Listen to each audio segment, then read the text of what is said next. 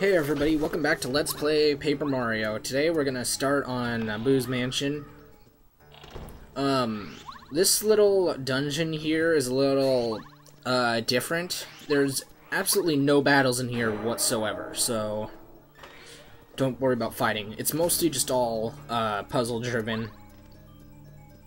Can't really do anything in this room right now. And so we're gonna go upstairs.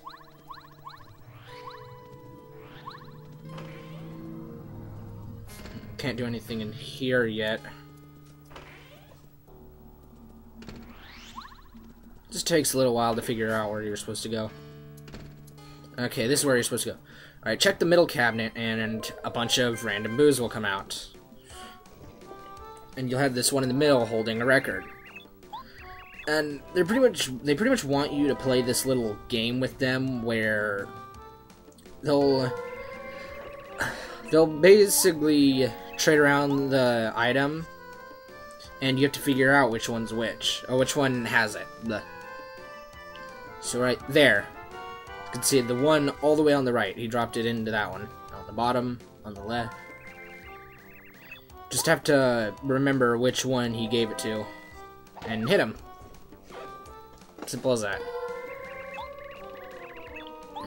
In case you couldn't figure it out, this record is actually used in that last room we were in. That one that had the boo in front of the chest and stuff.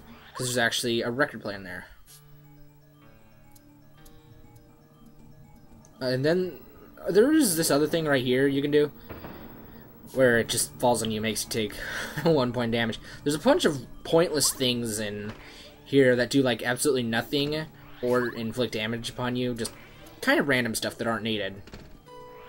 You can also interact with the fireplace here, and it'll cover you, turn you all black. Just funny little thing I like to do. And apparently I'm not the only person who seems to do this, but I thought even though it tells you right there what you're supposed to do, I thought you had to press it as fast as you could. But it turns out you just have to have the bar be somewhere in the middle. Because if it's too high or too low, the song will sound off, and it won't work. You need the song to be directly into the middle, so it'll attract the boo, then you can get the weight.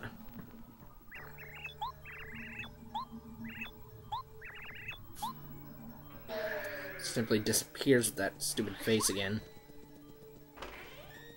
Now, where do we use this weight? In a bit of a interesting location. You have to come over here to this couch and actually jump on that orange part. Pulling this down opens up that door. However, if you were to jump off right here, the door would close again. So you actually have to use the weight in order to keep it down and keep the door open. There's also a little chest here. That does nothing. It's another pointless thing that's just here to kind of do nothing. Nothing in this room. Door.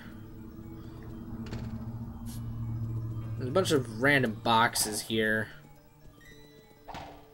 And for some reason it does the little ripple like it's a really hard box, even though we have the super hammer.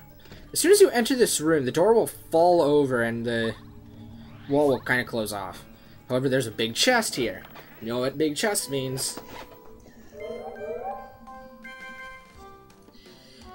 We have to play this stupid ghost game again. Except this time, instead of fighting over a record, we actually are playing it over a new pair of boots.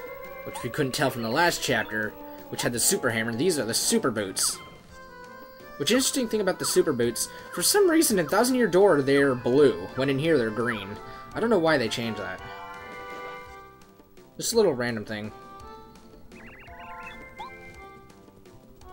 Just hit it like before. You'll get the super boots.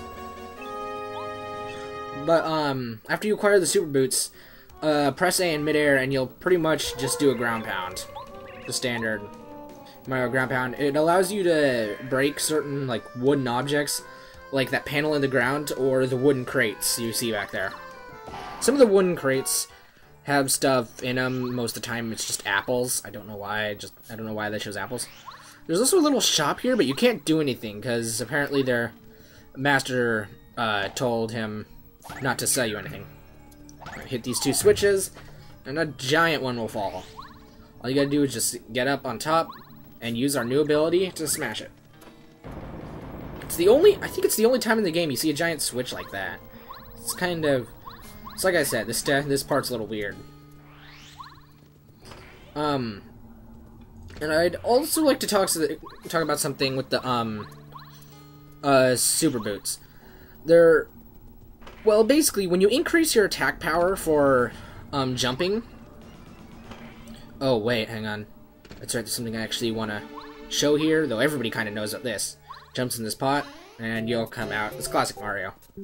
Pretty much used in every RPG so far. Every one of this series of Mario RPGs. Anyway, back to what I was talking about. For your jumping mechanics, when you're... excuse me. Like, when you use something like the power bounce that makes it so you hit multiple times... Normally your jump... like the beginning of the game, your jump does 1 damage twice. And then after you get the super boots, it does 2 damage twice. Now you think you can use this to abuse something like, say, the power bounce. Don't think it'll constantly keep up with the 2s. I'm just pointing this out because this is a nice thing to know. And, basically, if you use a power bounce while your attack power is higher than 1, your power will gradually decrease, over the course of the hits. So, like, let's say you manage to get your attack power up to 5, which does take a little bit of effort. Your power bounce will do along the lines of 5, 4, 3, 2, 1, and then it'll keep on doing consistent ones. Still a thing I'm telling you right now, just so you know ahead of time about how the jumping works. Anyway, downstairs we got this weird boo portrait thing. You put it in this picture, and, well, the picture will come to life, and you can jump inside of it to go to the 3rd floor, which is where we were originally assigned to go.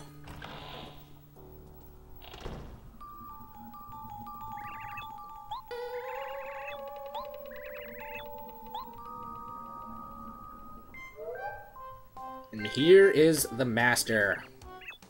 Bo. Just...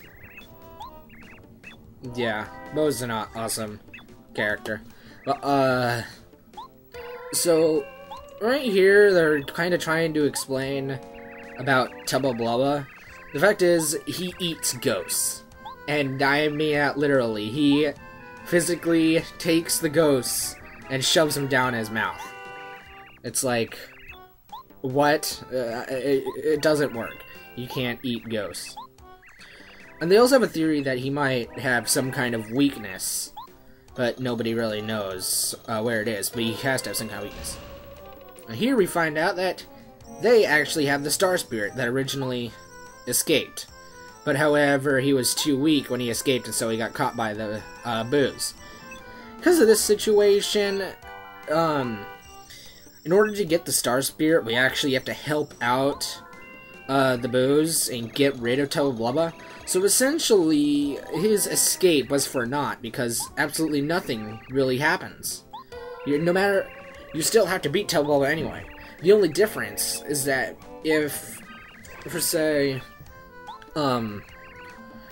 if he didn't escape Tubba Blubba, you, like, might not have even come into this house and just gone on, which means you would never gotten, you've never gotten the super boots and all that crap, but I don't know.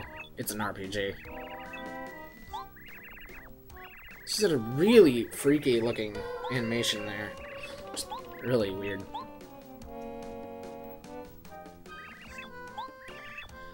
And we get our 5th partner, Bo. She's quite useful. In the field, by pressing the partner button, she can make you invisible, which will make enemies not see you, so they'll start walking away, and they'll also pass through you. Now, in battle,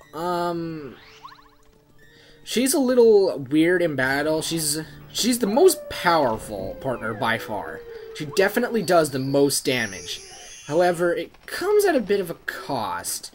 Her basic attack, which is her slapping move, it does a base of 4, non-powered up, 4 damage without any super blocks. This is a crazy amount, but problem is, it has one little problem. Just showing off that. Like, one little problem. For doing 4 damage, its main flaw is that it does 1 damage 4 times. Now, I've mentioned that like jumping is good because it can hit like 2 twice and stuff like that, but this is a problem because partners can't actually boost their power, meaning she'll always do 1 hits constantly. So if you're fighting someone with 1 defense, she's absolutely useless because she'll do 0 damage every hit. Then she can also use her invisibility thing in battle to make you invulnerable for 1 attack. However, it makes her skip her next turn, so you can't spam it. Now, before we go on with the story to Tovo's Castle, I'm actually gonna go back and do some stuff. Because now that I have the super boots, I have access to a ton of new, what is it? Those stupid shards. Blah, mine's blanking. And you can hear somebody talking. And guess who? Yeah, this guy's back. Basically, as soon as you get the super boots and you try to leave the forest, this guy will appear, so it's kind of how it works. In this form, he actually grows wings, meaning you can't use your hammer. You have to use jumps. Let's see. His stats, I think he has 40 HP, 5 attack, and 1 defense, I think. He's actually quite strong for this point in the game, honestly. I'm quite surprised at how high his attack is. I mean, 5? What the crap, man? That's way too high for this early in the game. Now, right there, I didn't really get to show off the whole fact that the damage decreases, because since he has 1 defense, your attack does 1 damage anyway, so,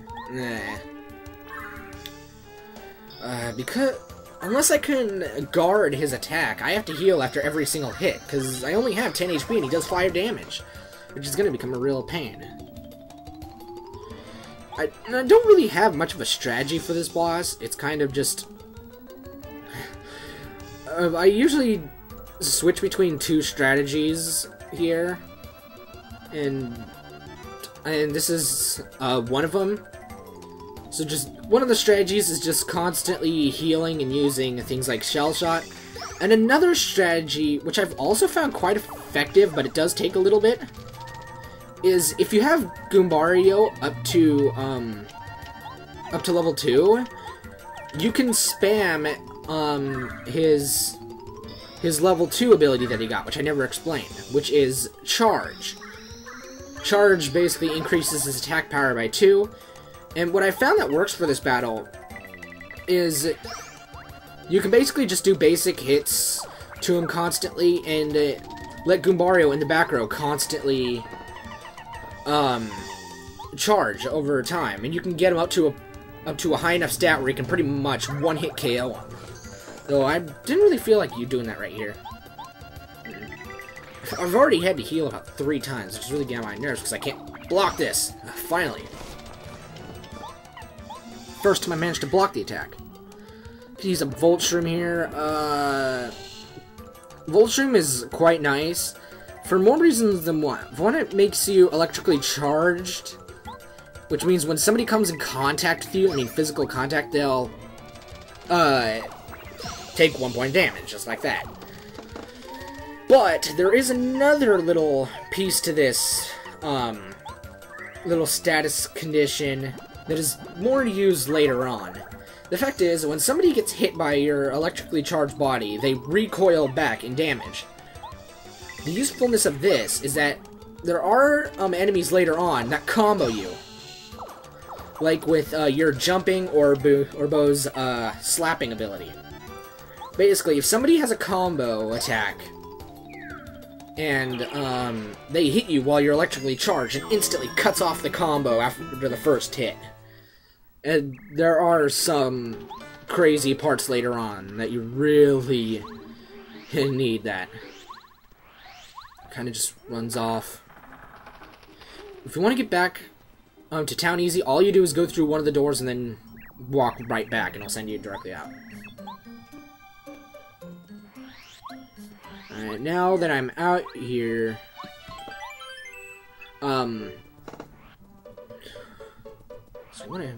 first off, right here, there's one of those panels. There's a lot of these available to us now. We originally needed the ground pound in order to do it. So now that we have it, we can pretty much ground pound at several different locations. I'm gonna go see what else is available. Nothing. So yeah. Let's try this.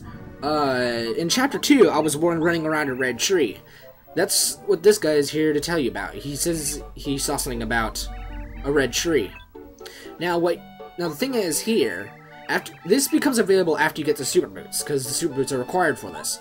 You can go through this whole little convoluted side quest thing to find out what to do, but if you already know what to do, you can skip the whole side quest entirely and get the reward now. All you have to do is stand inside his house and ground pound 3 times. That's it. After the 3rd one, this badge will fall. This is the quick change badge. It costs 4. This one is very useful. Basically, if this badge is equipped, switching out your partner won't consume the turn, meaning you can just keep on going. It'd be nice to have this much earlier in the game, because I could have really done some nice stuff with it. But, meh, we get it now. This is as early as we can get it, so whatever. Anyway, next time on Paper Mario, we're going to be going around the world and picking up a bunch of random shards that we couldn't get before because of the lack of the ground pound. I didn't want to forget about that. So, yeah, see you next time.